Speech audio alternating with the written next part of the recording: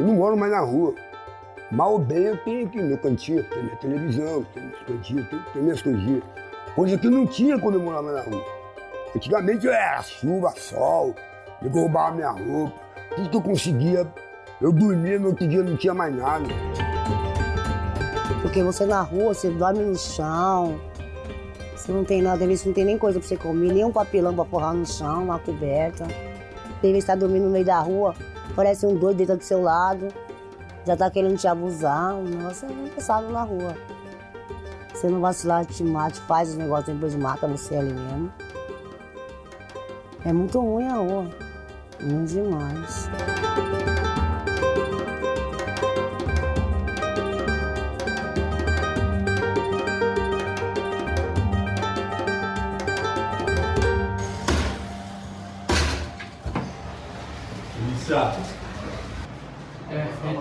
Então já não vamos tentar outro? Eu tinha ido pro Sesc Itaquera. Quando eu cheguei aqui 5 horas da tarde, que eu fui no Tupi, falei, vou tomar um banho, trocar de roupa. O motor tava lá atrás, meu. Falei, cadê minhas coisas, mano? Ainda bem que tinha um pessoal do projeto que pegou minhas coisas e guardou pra mim. Então acho que isso não é certo. Isso aqui acontece todo dia, quase, meu. Eu não sei como não fecharam esse hotel ainda. Fecharam do lado aqui, mano. Que é... Pô, que isso? É um lugar que a gente descansa, é um lugar que a gente... Choveu, você tem R$5, você vai lá tomar um banho, você vai trocar de roupa, você tem R$5, você vai lá trocar de roupa, você vai tomar um banho. Você vai descansar um pouquinho, esperar a chuva passar um pouco. Mas os caras vai...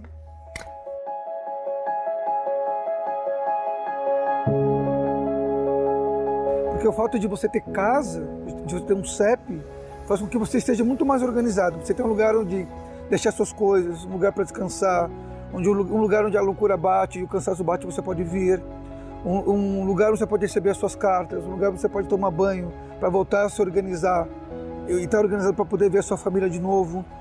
É um lugar para você receber as pessoas, um lugar para você receber a família, um lugar porque a saúde faz, é um lugar que a saúde consegue te encontrar, por exemplo, para cuidar de você. A gente está aqui na porta desse hotel, que foi um hotel social do programa de Braços Abertos, chamava Hotel Santa Maria.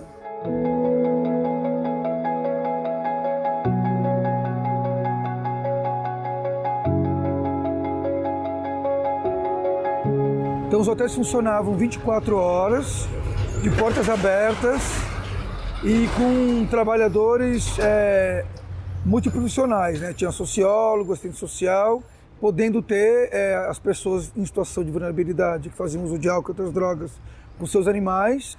E é por isso também que as pessoas não vão para o albergue, porque tem que deixar seu cachorro do lado, né? E normalmente o cachorro ou o bicho, ele é um vínculo para essas pessoas, né? O Braços Abertos, ele dava moradia do hotel, ele te dava o serviço. Você ia pro hotel, 8 horas da manhã você levantava e ia fazer o seu serviço. Você trabalhava das 8 da manhã até as 11. Das 11 da manhã, o restante da tarde você ficava tranquilo. Você chegava lá no guichê, você sabia que você ia receber o seu dinheirinho. Então o cara não precisava ficar roubando no meio da rua. Aí o que fizeram? Acabaram com isso aí.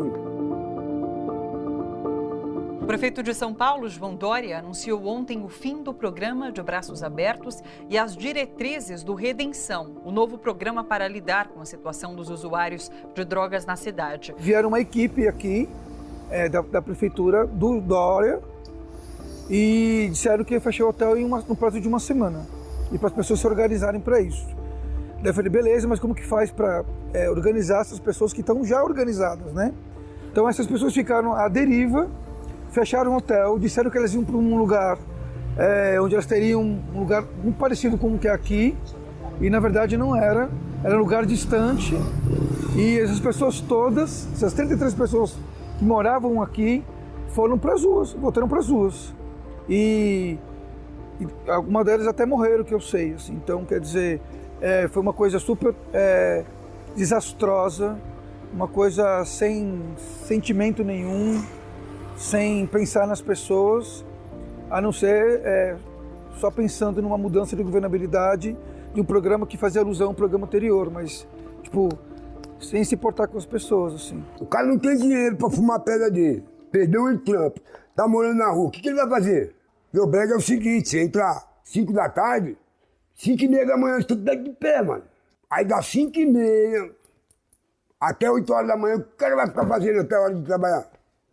É onde ele começa a dar um traguinho ali, dá um traguinho aqui, vai no farol, arruma um dinheirinho.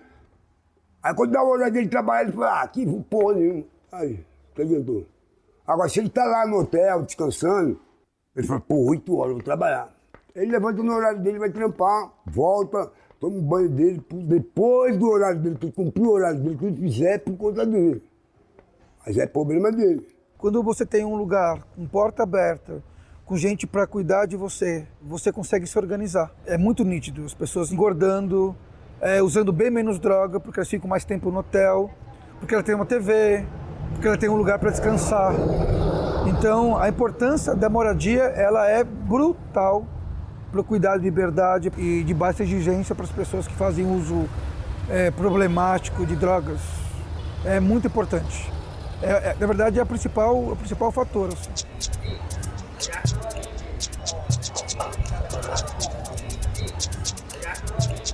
Oi, Beth, tudo bem? Boa tarde. Abre o portão para mim, por favor.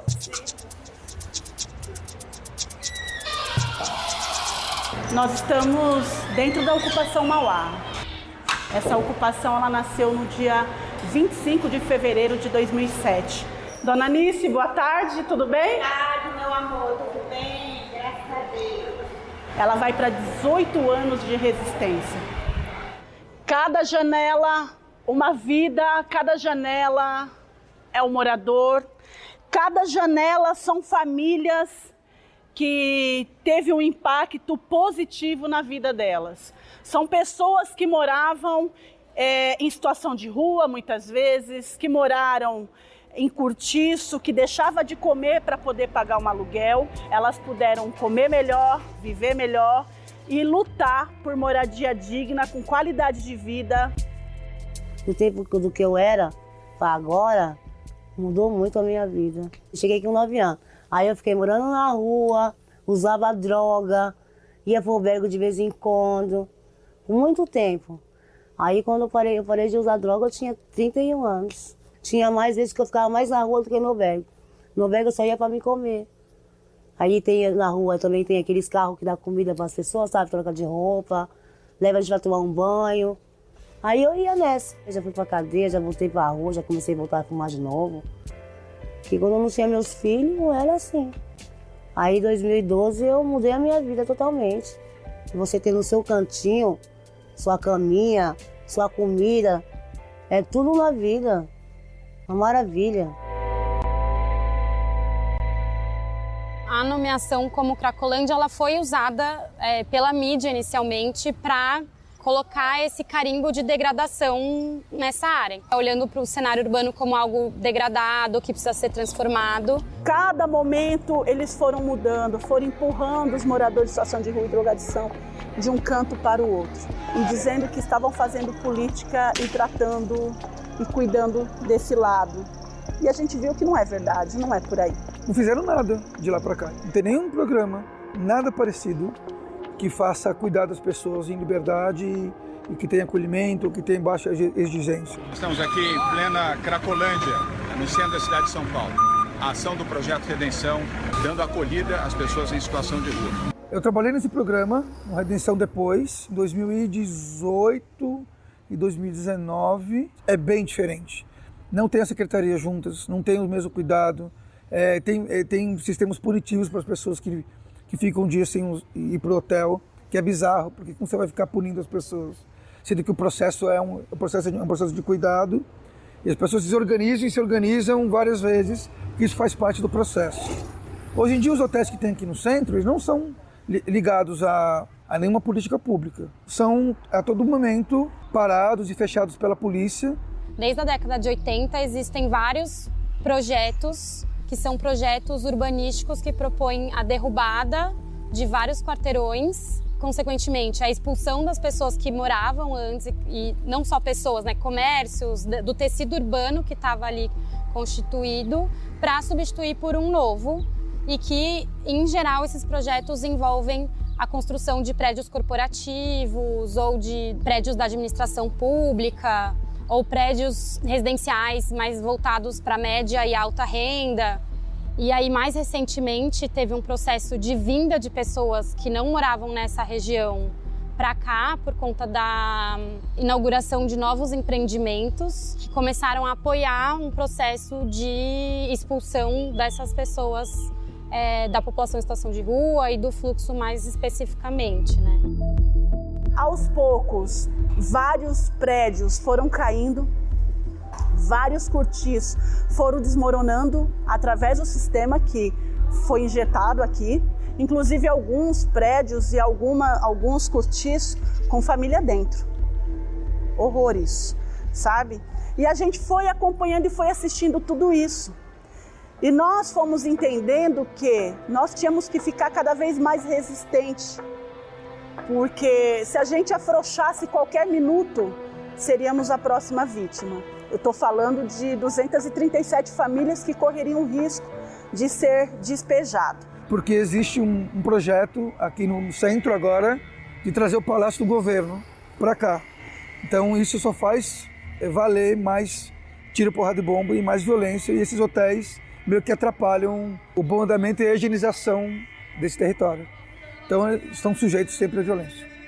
Antes do projeto chegar, tem vários outros processos violentos que acabam removendo muitas das pessoas que estavam morando ali antes do projeto acontecer. Pessoas que teriam direito a receber alguma forma de atendimento habitacional acabam se dispersando pelo território. Na prática, é uma remoção antes da remoção oficial. Daqui para frente, já tem prefeito eleito, daqui para frente... é paulada no gato. Calma.